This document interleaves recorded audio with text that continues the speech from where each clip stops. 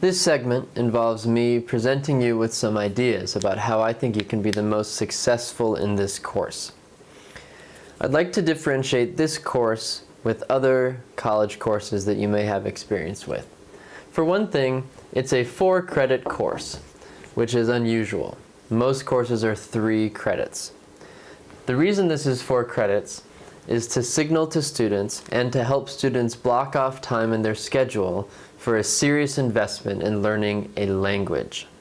In other words, this is a learning and development of skills course, and I encourage you to not think of it as a course that you do. You're not doing Java, you're learning to speak. You're learning to communicate with a machine in Java. And so this involves learning a significant amount of vocabulary, like any language that humans speak, as well as syntax, how to put those language components together.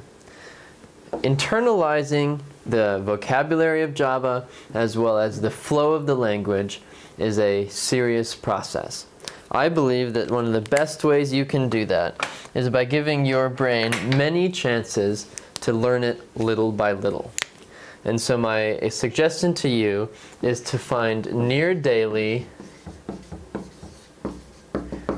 time to practice, and it should be low distraction. These two are important. They're important because they may not be a pattern that you're used to with online classes. From my experience talking with students, folks often will do online classes in little bursts. They'll work on an assignment for several hours before it's due, they turn it in, and then they're done until the next thing pops up. My suggestion to you, if you want to learn Java seriously, is that you find time 4 or even 5 times a week, even if it's only for an hour or a half an hour, to give your brain a chance, to practice speaking Java to a machine. The low distraction part is also important. I don't believe that effective learning of programming can be done unless your brain can focus for a sustained period of time on what it's learning. Soaking up vocabulary and syntax means learning very technical and dense material. That doesn't mean it's hard, but it does mean I think it requires more focus than some folks who haven't learned a computer language are used to putting into a learning experience. I don't know what's most distracting to you. It might even just be daydreaming. It could be an electronic device. It could be where you study. It could be what you're listening to when you do your work. What I'm encouraging you to do is think about what is most distracting for you and try to find time almost every day to work on Java without those distractions. A couple of intro tips for reducing distraction. Start small. I mean this very seriously. For me, it was listening to music. I liked to listen to music as I did work. It helped make it feel fun and less like I was leaving the rest of my life. So try 20 minutes by turning off the music, or choosing music that doesn't have words, or music that's boring. Something to give your brain a chance to try focusing more intensely on what you're doing. Try 20 minutes. I think you'll probably find that you're absorbing information faster. You're learning things with a higher quality when your brain can focus. This idea of multitasking is a falsehood.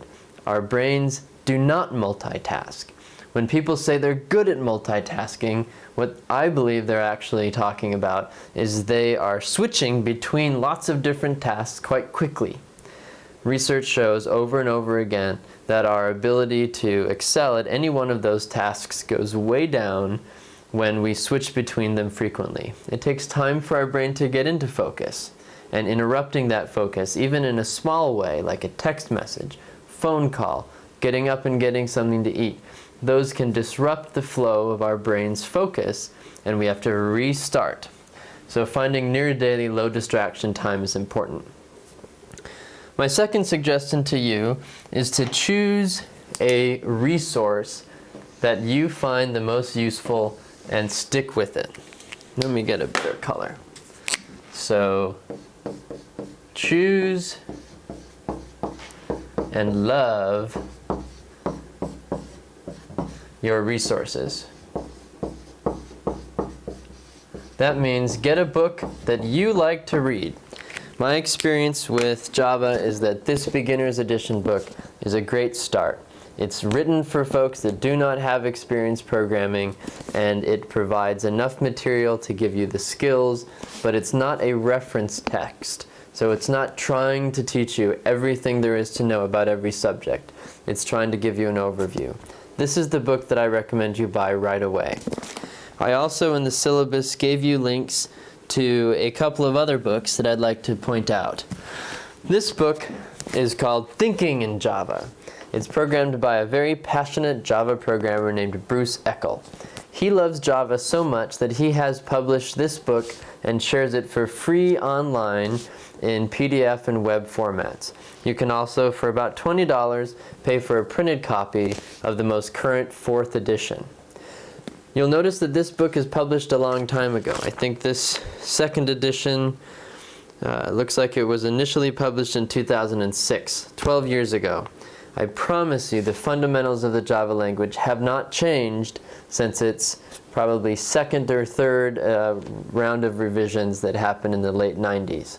We're on Java edition number 8, but we'll be programming this course mostly material and concepts that have existed in Java since the early 2000s. So even reading the 2nd edition of this book will be interesting for you. Now, what's the difference between these two books? This is an explanatory book. Bruce Eckel is not giving you step-by-step instructions for how to learn, say, to use arrays. What Bruce Eckel's doing is he's trying to explain the design concept behind the language. He talks about this idea of object-oriented Java.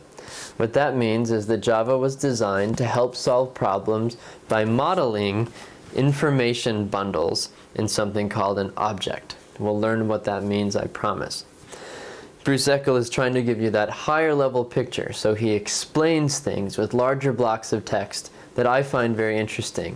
Some students want something more compact and that's less explanatory and more direction-oriented or fact-oriented. These are a good companion. In fact, I believe that for many students, reading chapters out of this while day-to-day focusing on the content in here will be a really good combination. There are also texts, also by Herbert Schilt, that is a reference text. For example, this published by Oracle is the Java Complete Reference. It's 1,200 pages long, and this is a text that's designed to sit on your desk over programming for years that gives you in-depth explanations of particular dimensions of the language. It's designed to be exhaustive. It's not designed to be a teaching tool. So you may consider purchasing a reference text if you feel like you'll be programming for some time to come. Choose a book that's interesting to you. If these books don't work, please let me know. Give me a call. We'll talk about alternative books. I have a recommended book that students have liked that I'll also post on the syllabus. It's a little bit more simplified. So choosing a reference text is important. And finally, I want you to tinker with Java. That means play. That means make mistakes. That means find time to explore Java that you find interesting. I'll give you suggestions for applications to build. Take those suggestions and run with them. Find a way to customize them. If we're programming something that displays text or processes numbers, find a way to process text that's interesting to you. Song names or pet names, whatever you want. Find a way to tinker that's interesting to you. Again, as I said, this is not a course to get stuff done and turn it in. In fact, what you'll be sharing with me is only a fraction of what you should be spending time working on, which is writing code that's based on the book and then exploring it. How can I adjust it? How can I make it better? How can I solve this problem more elegantly? This is all an important part of learning a language. It's like learning another human language. There's a lot of that process that involves having conversations with people, If you're learning a language for the first time, you're going to spend a lot of time talking about the weather and what you ate, and do you like this, do you like that, where are you from? These are the basics that, while if we were speaking in our native language would seem very simplified, is important for the process of becoming comfortable learning the language. So the more you can accept that this is a process that will be built on almost every day and using external resources, I think you'll be successful in this course. A final thing to note is that this is an online class. The benefit to an online class is that you don't have to go into campus on a regular basis. You may have a crazy work schedule. You may not be in Pittsburgh for this semester. That allows you to have flexibility. The downside to an online class, in my experience, especially with a programming class, is that online classes involve much less direct and timely feedback from an instructor. I'll have a chance to look at your code and I can give you some feedback over the phone, maybe some feedback as I look through the whole class's code, and I can do that here on these videos. But fundamentally, you have to direct your learning. You're going to run into problems. You'll have to learn skills for working through them. I can't answer coding questions via email. It's too time consuming and it takes away from me planning course materials for all sorts of other classes. So you'll either need to come to my office hours, which are posted on my website, or you'll need to find the stamina and the interest to work through problems and then go back to reference texts and read those as you go through this course. You have to own the learning in exchange for having the flexibility of not coming into class where we can have person-to-person programming time, where I can give quick feedback and help people fix errors that might pop up. That's important to realize. If you're going through this course and finding yourself struggling because you feel like you need more feedback, the online format for learning courses may not be for you. Please reach out to me. Call me on the phone on the numbers listed on my website and we can discuss what options are there.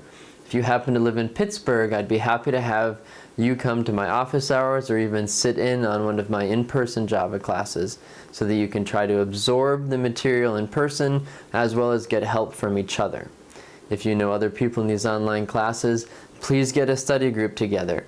If your study group is during work hours, I might even be able to stop by and give you some pointers in person. Whatever I can do, aside from writing emails solving your problems, I'll do. And I need to know what that is if I can help you with it. So those are some ideas for success on this course. Our final segment for this week will be me walking through getting your NetBeans set up, as well as compiling and running your first Java program.